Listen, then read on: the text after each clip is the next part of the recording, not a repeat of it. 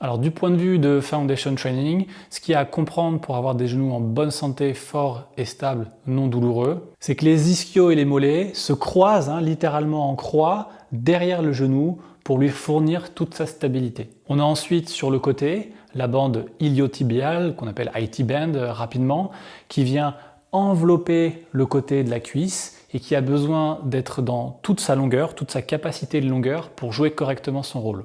Le principal frein à ça, ça va être si tes fessiers sont raides, tu vas être encouragé en rotation externe et tu vas créer de la raideur, des tensions inutiles dans cette IT band qui va empêcher qu'elle puisse s'allonger correctement et donc jouer tout son rôle de protection et de stabilisation. Ça va limiter l'amplitude de genou que tu vas pouvoir utiliser correctement, sainement. De fait, ça ne va pas permettre à un autre muscle de jouer son rôle important de stabilisation. C'est un muscle qui vient s'insérer depuis le devant de la hanche, qui s'enroule jusque le côté et l'intérieur. Donc là, on a un muscle qui stabilise cette fois de manière spiralée et de devant et sur le côté intérieur de ton genou, contrairement aux autres qui étaient derrière et sur le côté latéral.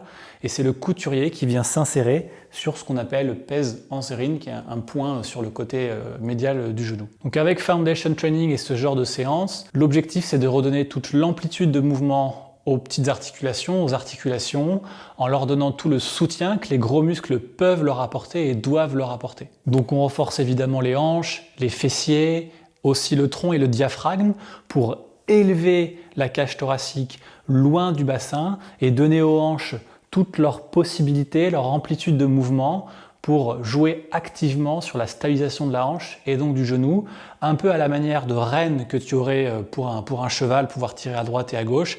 Et bien de la même manière ici, la hanche a besoin d'être bien ouverte par une élévation du diaphragme et de la cage thoracique, pas de compression, pour pouvoir tirer, relâcher à droite et à gauche et stabiliser le genou de manière efficace. Ce qu'on peut dire pour terminer, c'est simplement qu'en fait, nos genoux, on ne devrait pas trop les sentir. C'est pas une articulation qu'on est amené à ressentir profondément, comme on pourrait argumenter pour les chevilles, les hanches ou d'autres parties du corps. Donc si tu sens tes genoux, la première étape, c'est de commencer à s'intéresser aux hanches ou aux chevilles, et éventuellement aussi au dos.